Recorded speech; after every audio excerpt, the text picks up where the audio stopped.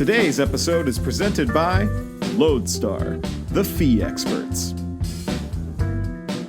Hi, everyone, and welcome to this week's episode of LodeStar's Lending Leaders. This week, we're going to do something a little bit different. We're doing an industry update for the spring market with Jim Paolino. My name is Alayna Gardner, and we're just going to go ahead and jump right into it. So, Jim, what is your outlook on this year's spring market? Oh, the spring market, it's here. Everyone's problems are solved. The spring housing market, right? Exactly. I feel like every year, everyone's like, the spring market, the spring market, the spring market, it's coming. And growing up in the industry, it's just been incessant. It's kind of here, I think, is what we're seeing this year. It's a really interesting time in the industry. I think we are seeing an uptick in volume. Interest rates are right below 6, I think, as we go to record this now. Hopefully those will keep going down as things change on the Fed side, and they have a little more clarity on what's going on with the interest rates on their end. So it's not, there's no boom, right? Like it's not like rebounding back like crazy, but things are steadily improving. And it seems from the data that we have that purchases are driving it a lot more than anything else. Yeah, and I know we got our Q1 report last week from our data team, and looking at that, we're starting to see a little bit of a decrease in housing prices. Do you think that's going to continue? Hopefully, but it's not. I mean, it was what, 4%, 5%? It was under 1%. Year over year, looking to quarter over or year over year in the first quarter. So yes, but if you look at the increase in affordability or decrease in affordability, the increase in interest rates, it's completely out of whack. And I think the missing piece there is the inventory. There are just not a lot of houses for sale. And part of the problem, and a lot of people in the industry have expressed this to me, is how many people out there sitting on a 2.8% interest rate have any incentive to change anything anytime soon. You have a 30-year rate locked in with that. Yeah. You're not going to move unless you absolutely have to. Yeah, you're going to look at the HELOC option. You're going to look at improving your current property, additions, all of that. Or you pay enough off, you sell your house, and you buy something close to cash, right? Or with a heavily subsidized. So that, I think, is a long-term concern, especially I saw a report recently that there's a housing shortage of 6.5 million homes. So the demand is there 60.5 people or 6.5 million families that would need a place to buy, and I guess are instead renting or kind of other means. And how's that gap going to close? New construction, right? And that's still very slow with everything going on. So there are a lot of kind of macroeconomic factors that I think are leading this to be really slow. The other thing that I find interesting is it seems like the rest of the economy is gearing up for a recession right now. And I meet with a CEO group every month, and I'm the only one in the housing industry. So everyone was talking about how to prepare for a looming recession. And I was just kind of sitting there being like, guys, water's warm, come on in, right? We've been living this for the last 9 months. And then we're on the other side because we're very much, when the economy is not doing well, interest rates go down, and that's helpful for this industry. So it's kind of a weird counter cyclical thing that when things are going good, we're not, but when things are bad, we're doing well. So it's the joy of being in the mortgage space, right? Hey, it's always something. And that's one of the things I really enjoy about this is everyone has a perspective on real estate and housing because everyone needs a place to live, and everyone is engaged with real estate in one way, shape, or form. And in the news, like literally everything affects it. Yeah. And I think it's interesting as well, when I was looking at our Q1 numbers, is, we are really seeing areas like where we are in Philadelphia. Those areas are still growing and prices are still increasing, but there are other areas where there's a really sharp decline. So I think it kind of shows a larger story of transplants move. I mean, you came from New York. So there's a lot of people, I feel like, in a very similar position. Right. In the desirable areas, there's probably less supply too. Like there's not too many houses. I still have my Zillow alerts on I bought last summer, and I'm still see that. And there's just not a lot of places Yeah, we were looking, we're looking to buy a house in the next year and a half, 2 years. And, we're just trying to see where prices are decreasing, what volume, like inventory looks like, all of that. No, there's not a lot. Yeah, and your purchasing power has gone down. Yeah. By nature of the interest rates. So we'll see. Well, the interest rates will get back there. I know I have a 7-year adjustable rate mortgage. So in my head, I'm just counting down the time that I'll have to, hopefully have a decent rate to refi at. But we'll see. So, it'll happen. I think so. Awesome. And then we just wrapped up our conference season as well. I know you got to go to a couple conferences. How do you, I know we're going to do a couple day trips. We'll be at Secondary in New York, as well as probably the New Jersey MBA event, and potentially Mark as well. So if you'll be at any of the shows, let us know. We'd love to meet with you. But how do you think things have been going? I mean, I'm gonna put this back on you because you've been to way more shows than me, and we talked about the last one I went at. People seem a lot more focused on what they were looking for, which was automation. They wanted to basically not want to staff up when things get busy again. On our end, it seems like people are a little more, I don't want to say fast and loose, but optimistic in that they're ready to buy now. We're seeing an uptick. We basically matched our first quarter new sales in 3 weeks in April. So it does seem like things are opening up in that perspective. But I think on the flip side too, it's there's a famous Warren Buffett quote. It's when the tide goes out, you see who's not wearing a bathing suit. And it basically means like who is not prepared for things. And even though things are moderately improving now, you can see companies that were very much underprepared for what happened in the last year going out of business still. So we're seeing a lot going in, a lot going out. So it's still very volatile in that regard. But what have you been hearing at the shows that you've been to? I've definitely been hearing a lot. Automation is a big piece. And I think a lot of people are they're feeling the fact that they just laid off some of their best employees. They're feeling the fact that they laid off their friends, their colleagues, or they survived the storm, right? And I think a lot of people are pushing for automation right now because can we prevent that next round of layoffs, right? We're very much a cyclical industry. It's going to come back.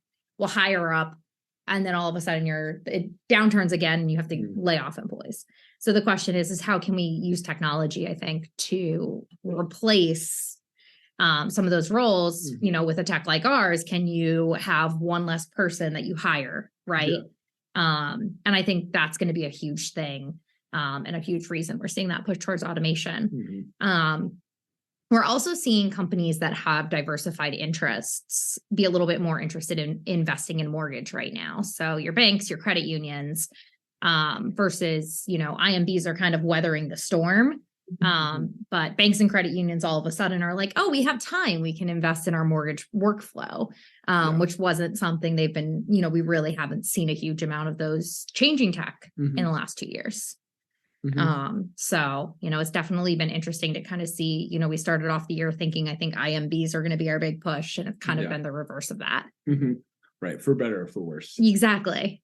I should say we do have a lovely little friend with us in the office today. We won't show her, but she's floating around. Yeah, my daughter's you're about a foot from me right now. You'll probably hear her in a minute. She's very interested in what we're doing. Yeah. What do you think about the shift from, this uptick of banks and credit unions really investing in their process? I mean, it makes a lot of sense because, it's not always the biggest revenue generator for these companies, mortgage, but they need to offer it because they want to offer as many things as they can do to their clients and keep that relationship going. So it makes sense that now if things are slower, you're able to improve on the process, reduce some costs, get a little bit more efficient, and quite frankly, maybe even gobble up some market share because there are IMBs going out, IMBs not investing, it is a time to acquire branches or loan officers or hire. So, the banks that are thinking more long-term on that do make sense. One thing that we saw, I think it was a couple of months ago that kind of, I think people misunderstood was the Wells Fargo announcement and pulling out of mortgage, right? they're not pulling out of mortgage. No bank their size is. They're offering mortgages to their clients to maintain that. They just weren't basically pushing and investing and continuing to try to be the biggest originator in the country, right? So it was very different if you read the fine print. I think people saw that announcement and thought that, they were closing shop, and that was very much not the case. So I think banks and credit unions especially have a very different, goal. At the end of the day, we were talking to one of our credit union clients who was big. The person who manages their mortgage operation is new to the credit union space. He said, "Yeah, I originated 3 loans last month, and no one's on my case at all." Yeah, he was like, "This is for better or for worse." I think situation we're in right now. Exactly. And so as we wrap up here today, as our friend is getting more involved in our podcast. Yeah. You're starting to feel a little bit worse. I can see the fever coming in. She's sick today. So kind of what are you expecting as we go into Q2, Q3 for the year? Hopefully, interest rates continue to go down. I think over the coming months, the Fed is going to hold interest rates. I don't think they're going to start to lower their rates, but I think that we are going to see the end of their raises, which I think is going to signal to the market that interest rates can start to drop, depending on what happens with the economy as a whole. Purchases are historically not completely interest rate dependent, so I think we'll continue to see an uptick there.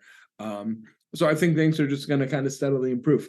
I think where, knock on wood, the worst of things I think are over, but I think that there's going to be continued progress, and I think you're going to see, who really comes out of this hot, right? Who comes limping out of this, who comes sprinting out of this, and we very much want to be in that sprinting category. So, I've definitely felt in kind of looking at the business as a whole into this quarter. Our first quarter ended up better than we expected. Quite frankly, we weren't expecting to be profitable, and we were, so that was good, right? But better than expected. So it seems like that downside is very much feels covered going forward. So it's how do you invest? How do you grow?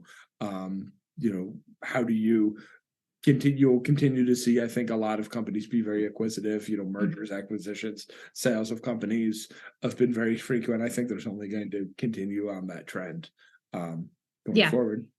I mean, M&As are not going to stop. That's for sure. No, consolidation will continue. But what about you? What are your predictions for? Oh, that's a great question. I think personally, I think we're going to see the companies that are investing in tech and are continuing to look at their workflows. I think we're going to see those companies do really well. And I think the companies that are kind of looking at things and saying, well, this is how we've always done it, we should continue to do it that way. I think we're kind of at this point where no longer there's just not this huge amount of volume to protect those companies, right? So can you get to that loan estimate faster? Can you get to this? Can you get to that, right? And just really being the most competitive you can be in the market, and also providing your LOs with the best tools, right? We're going to start to see more and more LOs not work for places that have bad tech, right? Yeah. Because they can choose. I think that's important as well. Right. And as things turn and it's more desirable to hire LOs, they can be more selective about that and what that looks like, what right? The resources they get are. Some LOs I've talked to, would you work for a company that you have to go call your title agent to get fees? Right. Right. Like, do you want to have to do that in your day when? Well, and then even other things as fundamental as an LOS, if they have to, run their own quotes, if they don't have a processor, if they're in an LOS they don't know, that's probably going to make them less likely to, want to be at a company. So that's, I think, a good thing, and something that's kind of worth exploring more. Is we very often think of marketing and technology for the consumer, for the customer, but a lot of the benefits of things are for your hiring and your staff and your recruiting, and even something like marketing. To be honest, this helps us a lot more recruit employees than it does recruit clients. 100%. Right, and I think that's a good idea for a topic down the road that we should be talking about. For sure. We might dive into it during our summer session. It's gonna be a lot of Jim and I talking. So well, thank you guys so much for joining us today for our market update. We've got about a month left of the season, so we're really excited with our guests. So, and maybe we'll see an appearance from Dave. We don't know yet. Yeah. At the end of the season, probably not. But it'll be really good. And thank you guys so much for listening, subscribing, and we'll see everyone next week. Thank you very much. Of course. Thank you for listening to LodeStar's Lending Leaders. Please like, subscribe, and rate us 5 stars anywhere you get your podcast. I'd like to give a special thank you to the LodeStar team involved with the production of this podcast, including Alayna Gardner, Kim Austin, and John Gardner.